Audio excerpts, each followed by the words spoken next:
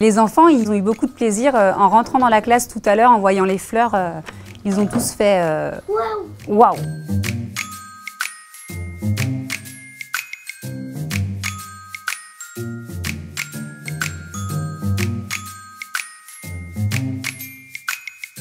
Ça s'appelle un taget de citron. On l'a choisi parce qu'elle est fleurie au moment qui nous intéresse. Elle commence juste à fleurir là, maintenant, fin avril, début mai.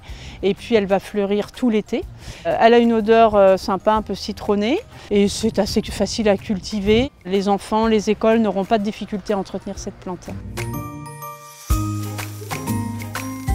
Vous, votre travail, ça va être de la remettre dans un pot qui est plus grand, de rajouter de la terre. Ça s'appelle rempoter.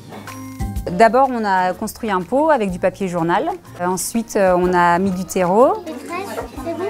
Ensuite, ils ont choisi chacun une plante.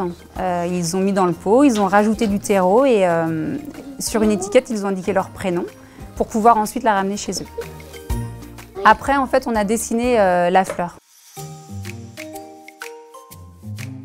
Il y a un kit, les plantes, le terreau, les étiquettes, un tuto papier plus un tuto vidéo. Chaque enseignant va s'approprier cette action comme il en a envie. L'idée, c'était de mettre les enfants à contribution, soit de cultiver les plantes à l'école, soit chaque enfant rentre à la maison directement le soir même avec sa petite plante.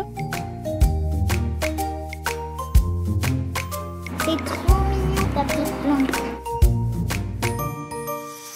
C'est la première très grande ville à obtenir ce prix. Pour marquer le coup, les élus et la ville de Nantes ont décidé d'offrir à chaque écolier nantais une petite plante. C'est la première fois qu'on fait une livraison massive comme ça en 2 jours sur toutes les écoles de tout le territoire nantais. On a à cœur de sensibiliser les petits citadins au monde de la nature, pour leur faire découvrir le monde du vivant, pour les sensibiliser à l'environnement.